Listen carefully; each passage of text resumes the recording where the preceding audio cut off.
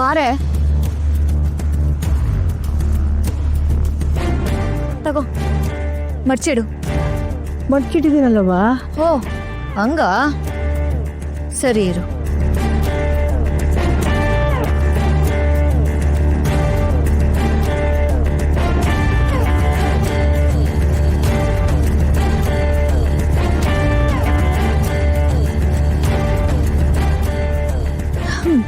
ತಗೋ ಈಗ ಇದನ್ನ ಒಗ್ದು ಇಸ್ತ್ರಿ ಮಾಡಿ ಮಡ್ಚಿಡು.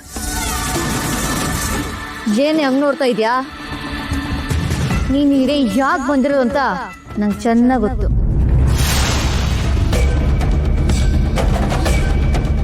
ಈ ಚಂಚಲಂತವ ನಿನ್ ನಾಟ ನಡ್ಗ್ಯಕ್ಕಿಲ್ಲ. ಆದ್ರೆ ನನ್ನ ಉದ್ದೇಶ ಹೇಳ ಗೊತ್ತಾಗ್ಬಿಟ್ಟಿದೀಯಾ? ನಮ್ಮನ್ನೇ ಮನೆ ಬಿಟ್ಟು ಓಡಿಸ್ಬೇಕು ಅಂತಿದ್ಯಾ? ನೀನೇ ನನ್ನ ಕಾಟ ತಡಿಯಕ್ಕಾಗ್ದೆ ಓಡೋಗ್ಬೇಕು. ಹಂಗ ಮಾಡ್ತೀನಿ. ಇನ್ನು ಏನೇ ಯೋಚನೆ ಮಾಡ್ತಾ ಇದ್ಯಾ?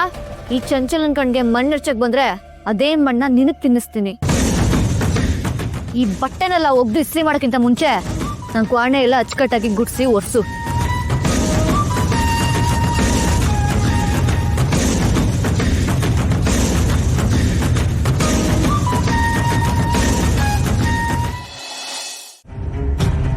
ಅದಿತಿ, ಏನಾಯ್ತು? ಯಾಕೆ ನಾ ಕಾಲ್ ಮಾಡಿದಾಗ ಅಷ್ಟೊಂದು ಗಾಬರಿಲಿದ್ದೆ? ಮತ್ತೆ ನಾ ಎಷ್ಟು ಸರಿ ಕಾಲ್ ಮಾಡಿದ್ದೀನಿ, ಯಾಕೆ ಕಾಲ್ ಪಿಕ್ ಮಾಡಿಲ್ಲ?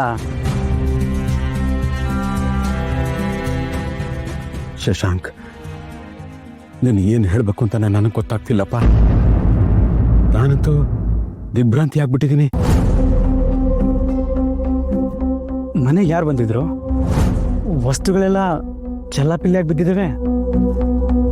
ಮೆಂಟಲ್ ಮಣಿ ಅಂತ ರೌಡಿ ಶೀಟರ್. ರೌಡಿ ಶೀಟರಾ? ಅವನ್ಯಾಕೆ ಇಲ್ಲಿ ಬಂದಿದ್ದ?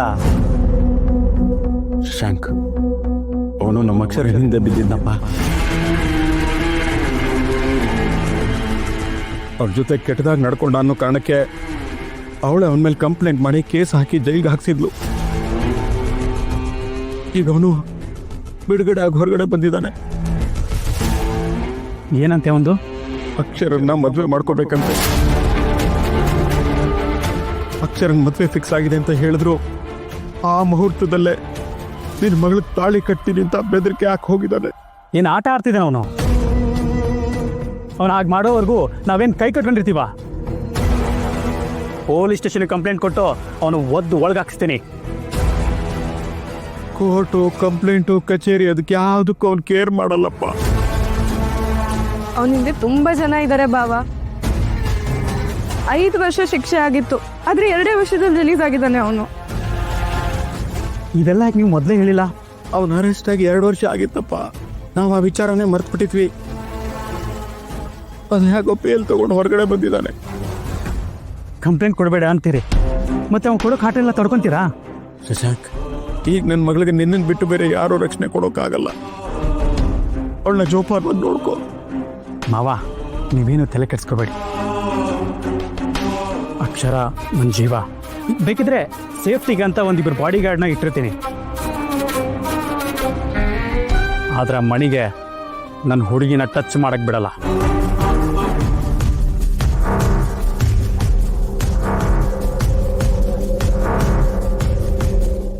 ಮನೇನ ಇದು?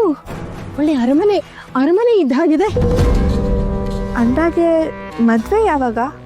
ನಾವೇನು ತುಂಬಾ ಅರ್ಜೆಂಟಲ್ಲಿದ್ದೀವಿ, ಆದ್ರೆ ಈ ಅಕ್ಷರ ಇದ್ದಾಳಲ್ಲ, ಮಕ್ಳಿಗೆ ಎಕ್ಸಾಮ್ ಮುಗ್ಲಿ, ರಜಾ ಬರ್ಲಿ ಅಂತಿದ್ದಾಳೆ. ಅಲ್ಲ, ಬೇಸಿಗೆ ರಜಾ ಮುಗಿಯೋ ತನಕ ನಾವು ಕಾಯಕ್ಕಾಗತ್ತಾ? ನೀವೇ ಹೇಳಿ. ಹೌದೌದು, ಈ ಅಕ್ಷರ ಮಕ್ಳಿಗೆ ಪಾಠ ಶುರು ಮಾಡಬೇಕು ಅನ್ನೋ ವಿಷಯಕ್ಕೆ ನಮ್ಮತ್ತೆ ತುಂಬಾ ನೋವು ಕೊಟ್ಟಿದ್ದಾರೆ. ನಮ್ಮತ್ತೆಗಂತೂ ಅಕ್ಷರನ್ ಕಂಡ್ರೇನೂ ಆಗ್ತಿರ್ಲಿಲ್ಲ. ಅದು ಬಿಡಿ, ಈಗ್ಲೂ ಅವ್ರಿಗೆ ಇವಳನ್ನ ಕಂಡ್ರೆ ಆಗಲ್ಲ. ಇವಳು ಆಡೋದ್ ನೋಡಿದ್ರೆ ಯಾರಿಗ್ ಕೋಪ ಬರಲ್ಲ ಹೇಳಿ? ಅಯ್ಯೋ ಹಾಗೇನಿಲ್ಲ, ನಮ್ಮತ್ತೆವ ಅವಳು ಮಾಡಿದನ್ನ ಮರ್ತೇ ಬಿಟ್ಟಿದ್ದಾರೆ. ಇಲ್ದಿದ್ರೆ ಅವಳು ನಿಶ್ಚಿತಾರ್ಥಕ್ಕೆ ಯಾಕೆ ಬರ್ತಿದ್ರು ಹೇಳಿ? ಅವ್ರ ಅತ್ತೆ ಪ್ಲಾನು ಇನ್ನೂ ಗೊತ್ತಿಲ್ವಾ? ನನಗೆ ಬೆಳಿಗ್ಗೆ ಅತ್ತೆವ ಹೇಮೋರಿಗೆ ಫೋನ್ ಮಾಡಿ ಹಬ್ಬಕ್ಕೆ ಕರಿ ಅಂದ್ರು. ನಂಗೆ ಎಷ್ಟು ಬೇಜಾರಾಯ್ತು ಗೊತ್ತಾ? ನಾನ್ ಬಂದಿರೋದ್ ಬೇಜಾರಾಯ್ತಾ? ಛೇ ನೀವ್ ಬಂದಿದ್ದಲ್ಲ, ನಿಮ್ ಜೊತೆ ಅಕ್ಷರನ್ನು ಕರಿ ಅಂತ ಅಂದ್ರಲ್ಲ, ಅದು ಬೇಜಾರಾಯ್ತು. ಭುವನೇಶ್ವರಿಯವರು ಗೇಮ್ ಆಡ್ತಿದ್ದಾರೆ, ನಿಮ್ಗೆ ಗೊತ್ತಿಲ್ಲ ಅಷ್ಟೇ. ಏನು? ಏನಿಲ್ಲ ಬಿಡಿ. ನಾನಂತೂ ಈ ಅಕ್ಷರನ ಸುಮ್ಮನೆ ಬಿಡಲ್ಲ. ಅವಳಿಗೆ ಸರಿಯಾಗಿ ಬುದ್ಧಿ ಕಲಿಸ್ತೀನಿ. ಹೋಗಿ ನಮ್ಮತ್ತೆನೇ ಹೆದರ್ಕೊಂಡಿದ್ದಾಳೆ. ಅವಳು ಸ್ಕೂಲ್ ಬಿಡ್ತಾಳೆ ಅಂತ ಎಷ್ಟು ಖುಷಿಯಾಗಿದೆ ಗೊತ್ತಾ? ನೋಡಿದ್ರೆ ಎಲ್ಲ ನಿರಾಸೆ ಆಯ್ತು. ನೀವೇನು ಯೋಚನೆ ಮಾಡ್ಬಿಡಿ, ಇಷ್ಟಲ್ಲೇ ಅವಳು ಸ್ಕೂಲ್ ಬಿಟ್ಬಿಡ್ತಾಳೆ. ಅದೇಗೆ? ನಾವು ಅವಳನ್ನ ಸೊಸೆ ಮಾಡ್ಕೋತಾ ಇರೋದೇ ಸ್ಕೂಲ್ ಬಿಡ್ಸಕ್ಕೆ.